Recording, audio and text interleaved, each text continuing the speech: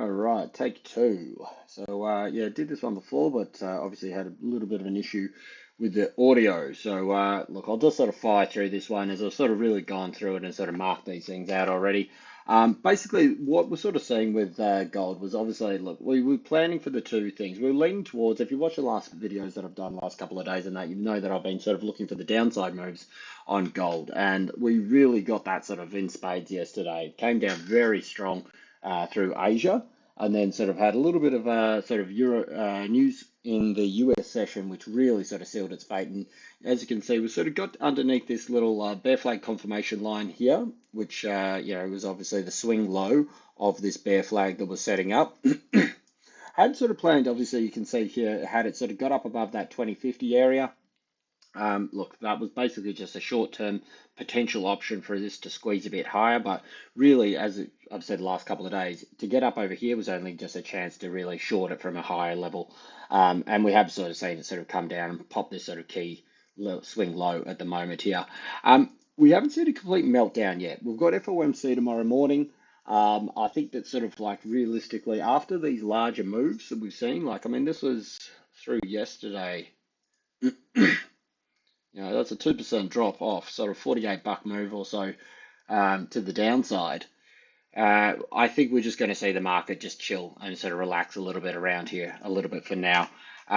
What I do sort of think with these, even though sort of I have sort of got this bear flag confirmation line set up down over here, I do expect this to sort of possibly sort of rally up a little bit before coming down. This is why I've just added in the last video, added in this target to come down towards our sort of 22.30 price target down here, because I feel sort of like, once this sort of move sort of comes through here, you got a lot of people who've been shorting. Like, I've been shorting this since I think 24, well, no, I think I do know 24.10 was where I started shorting. And this last little period over the last couple of days and that through the 30s and 40s, I've been adding to the shorts. I closed them out a little bit early yesterday, so I didn't sort of, fully maximize that trade. Which is a little bit sort of frustrating when you've obviously been sort of like planning and setting up for it all, but it still took a good win, so you can't be too sort of knocked with that. But what I sort of feel with these little moves is that the people that have been set and they've been shorting through here, people that have been short through these periods here, these are the people that are sort of like really going to be in the profit. It's people that wait for this sort of like little area here to break and then decide to go short. Generally, this is a good area where you can see a little bit of a squeeze and a bit of a what we call a pain trade. And the people that are late to the party, they go, okay, look, it's made the new low there. Yep, we are going down here. I do believe this confirms that we are going down here now. But as you can see with this little setup here, I wouldn't be surprised if we get a push up to around, above 2300. Certainly if we get over this sort of 92, 93 area, if a push up to around sort of 2310 or so, where we can sort of retest the underside here, could it come in as low as sort of 2304, just with this lower wick down here, before then it sells down. I think this will sort of squeeze out the people that sort of waited to get in at this point here, too bigger positions, too tighter stops, whatever it may be. They'll sort of have a bit of confusion as to sort of what's going on. They'll get stopped out, gives people a chance to short it a little bit more, and then sort of coming down through here. So we haven't seen a complete meltdown as of yet. Look, as I said, FOMC tomorrow. If that's sort of hawkish for US dollar, then I think that is going to be the thing, the catalyst that pushes gold right down into the low 22s.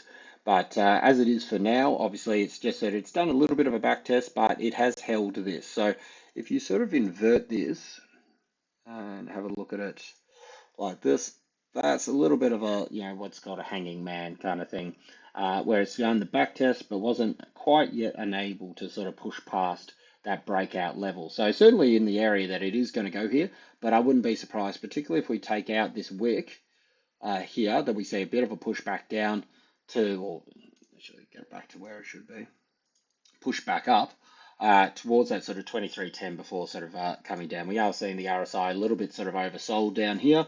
But yeah, we'll have to sort of see after these big moves, and obviously prior to large data events like the FOMC, it's a likelihood that we just sort of see a very slow sort of grind sideways through these areas here.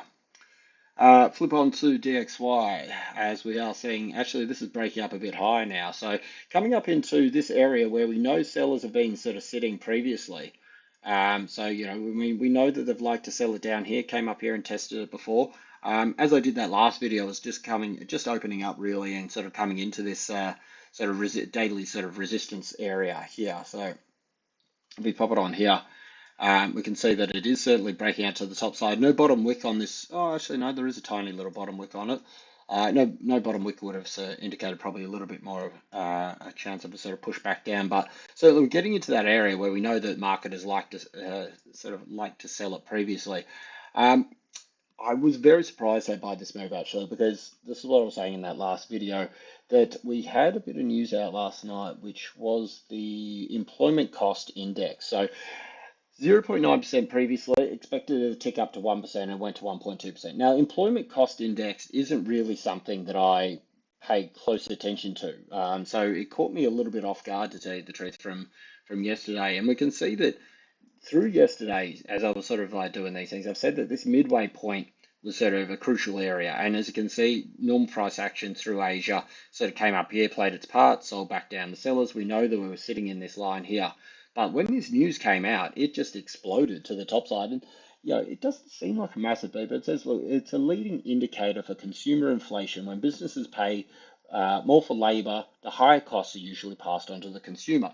So basically, it's a form of sort of early indication of inflation, because you're going to see that those costs, it's costing more on the labor side, not just the actual product side, to produce and create these products. So with that, they're going to have to charge more, and with charging more, it's going to add to sort of inflation.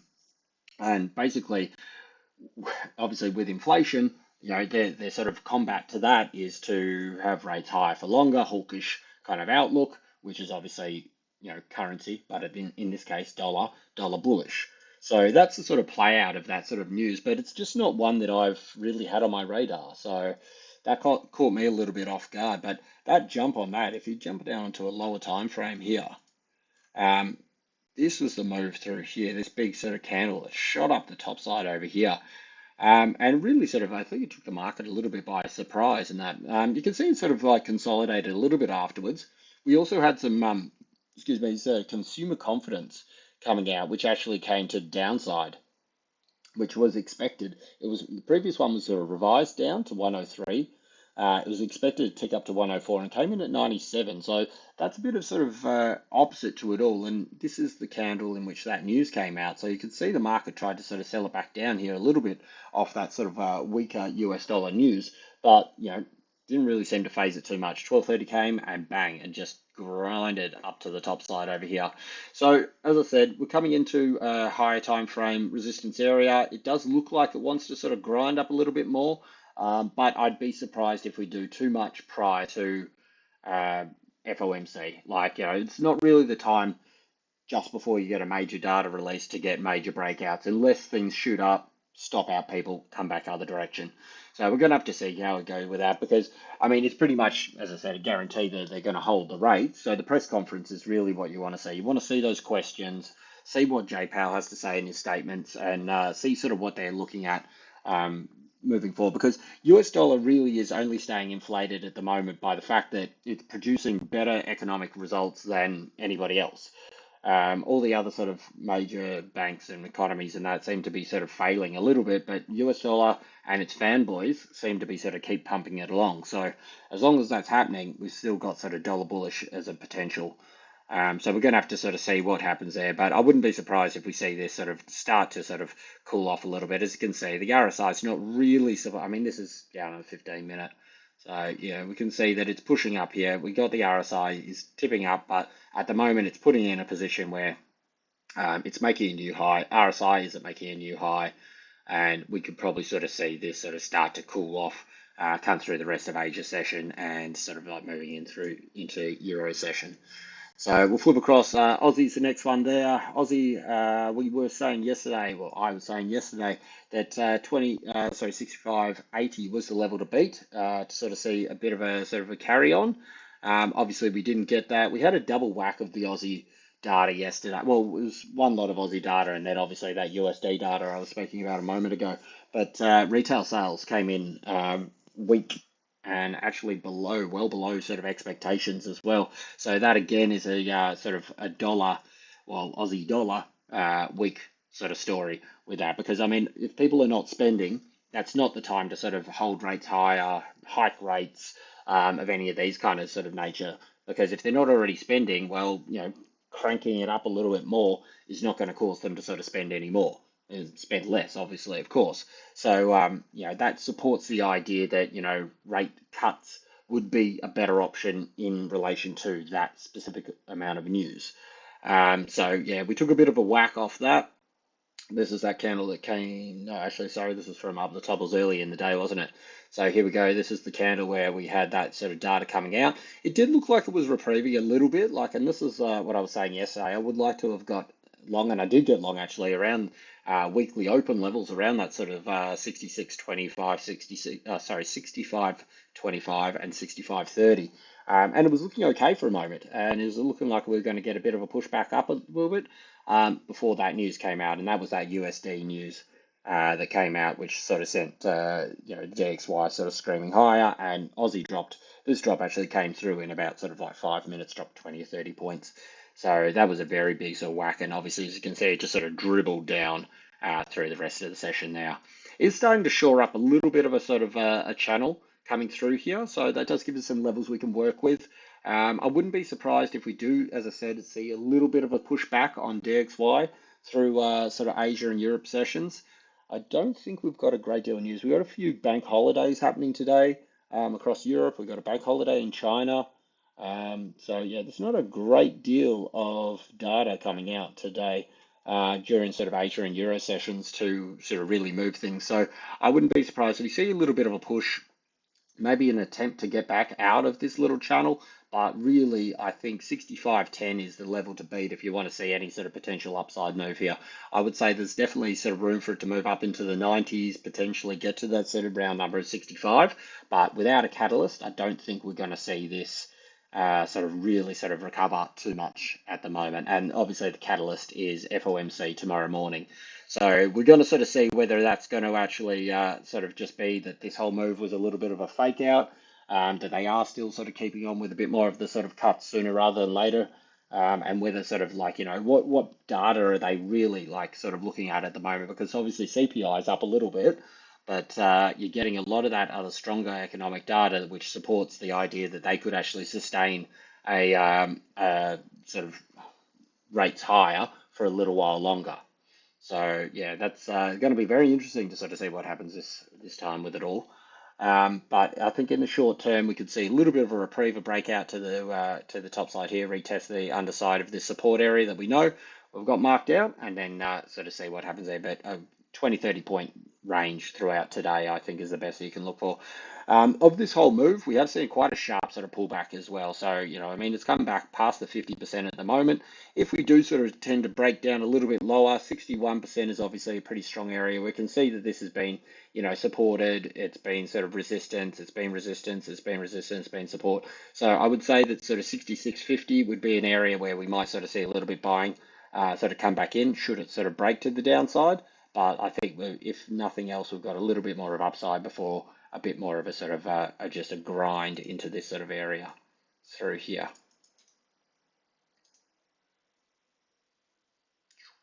There we go. So a little bit of a consolidation. This is how I sort of feel we might sort of be looking at it through today. Okay, and flip across. We have got copper. Copper having a bit of a cool down here as well, coming back towards its little short-term sort of rising support through here. So this is what I was saying yesterday as well, that, it's been on such a screamer. I mean, look at the sort of angle that it's been coming up on. So, it's not any sort of wonder that it's sort of starting to sort of chill out a little bit. It's retesting these horizontals.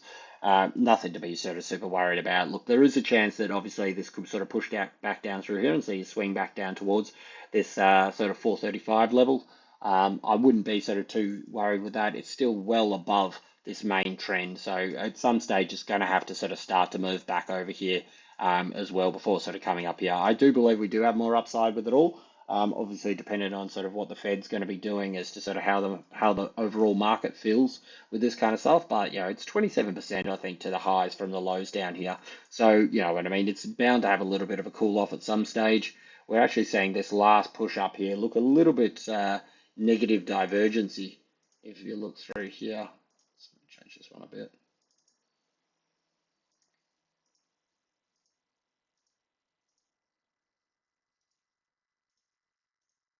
As you can see, this one pushed up here, but if we look for the corresponding, it's just, it's not really looking like, it's fully convinced to sort of go up the top side here. So I'd be reluctant to short this just because it is in such a sort of bull mode. But certainly if you can get back down to, 440s, I think we might see a little bit of buying action through here. Underneath that, look, till it sort of breaks this sort of rising trend, which I think, you know what I mean, you're looking at a couple of 1,000 point drop off for it to do so. I think sort of it's still a worth shot for it just to sort of consolidate through this area here, as I said yesterday, before it push up towards that sort of like 48, 4,900 kind of level. And then just across onto China. China just doing its thing, just grinding, until it sort of breaks this little range that it's in at the moment. There's not really too much to sort of talk about with it. We do sort of see that obviously it is sort of just back into its typical sort of grind mode, which we've seen a couple of times over the last sort of, let's just going back to August here. It was in 1%, apart from this sort of intervention area here, but 1% for like 3 months or so over here. And then obviously once it gave way, bang, then we saw our move into the grind, and then it just levels up and grinds. So till we get a breakdown under sort of 723, I think 720 is a good area that we sort of be looking for on the downside move with that. Obviously, this will sort of have sort of ramifications with Aussie and all these kind of things as well. Copper as well. So I think sort of if we can see a stronger one coming down here, that's definitely going to sort of be helping Aussie in the short term. But again, till it breaks this, whether it goes to the top side or goes to the bottom side, well, it's not really too much to do with this trade. It's more just really to sort of watch something for a proxy for sort of how risk and the rest of Asia is sort of faring at the time. All right, cool. That's about it from me. Later tonight, we do have a bit of USD news actually, sort of coming out 10:15 local time. We've got ADP, 184K previously, 179 is the expected, so a slight tick down there. After that, we do have sort of PMI, ISM PMI numbers coming out, both of which looking to pretty much be maintaining flat, if not a small tick down. And then JOLTS, so the job openings. We've got 8.76 million previously, down to 8.68 million. So all that is only very slightly sort of bearish for US dollar, should these sort of things come in. But again, you need to get the shocks. If you don't get the shock, well, it's already priced into the market, so there's not going to be any sort of drastic moves out of left field.